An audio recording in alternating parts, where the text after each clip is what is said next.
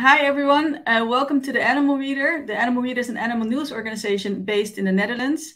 Today we're talking to Ulara Nakagawa. She's the founder of Elephants in Japan, and we're going to talk about the elephants that still live in solitary at zoos in Japan. Welcome, Ulara. There are 12 elephants that still live by themselves in zoos. Those are the ones you're fighting for with your organization. What is the worst case at this moment?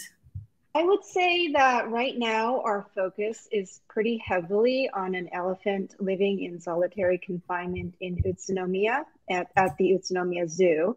Her name is Miyako. She is 49 years old and she has been alone her entire life since she was a 6-month baby brought from Thailand.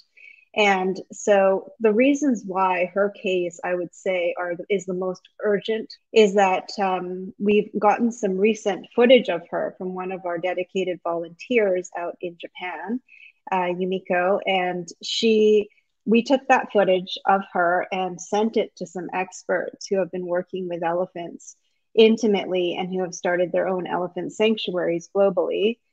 They looked at this footage and immediately pointed out some really, again, urgent issues. One is that Miyako's nails and cuticles on all 4 of her feet are very overgrown and that they suggest chronic issues, that are showing that the way that she is standing is most likely a result of pain.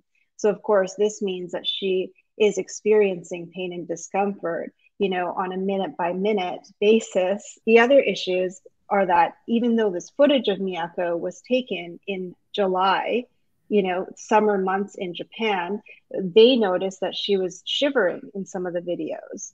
And so you can only imagine Japan getting very much colder in the wintertime, how much she is, again, suffering on a very basic welfare need, which is to have warmth. And then another urgent issue for Miyako is that her enclosure is tiny, incredibly tiny, the space she's allotted outside is. And by the way, her indoor enclosure, which we don't have a shot of because we don't have access, is a fraction of that size. And so because her enclosure is so tiny, it's not allowing for her, these experts said, for her to have full strides. And that's going to impact her joint health now and into the future. And then finally, the moat that surrounds her tiny, barren enclosure, that is an extreme hazard for her. And the way the zoo operates is they allow the public to come and feed her over this moat. And so she'll get on the very edge of the moat and lean over to try and attempt to grab pieces of food from these, visitors. And every single time she does that, she is at risk of falling into that moat. And we have learned from our research that she has previously fallen in once. And luckily, with that fall, she was able to recover, but she is getting to an elderly age now. Every day it feels like a ticking clock for her in terms of danger, pure danger. Like she's in pain, she's suffering, and it's only going to get worse every day that we let this go. And she has been living, you said she came as a 6-month-old baby from Thailand, and she's been living 49 years by herself. That's right. She's never had a companion.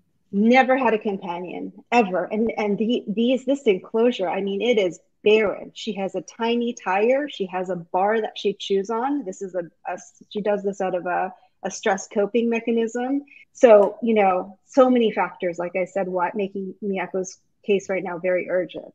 What is the solution for her? Is the zoo aware of this? Have you been in touch with the zoo where she's staying? Do they care for her older age? We have been in contact with the zoo for 3+ years, sending everybody's signatures, sending letters. Miyako's situation is unusual. It's a private zoo.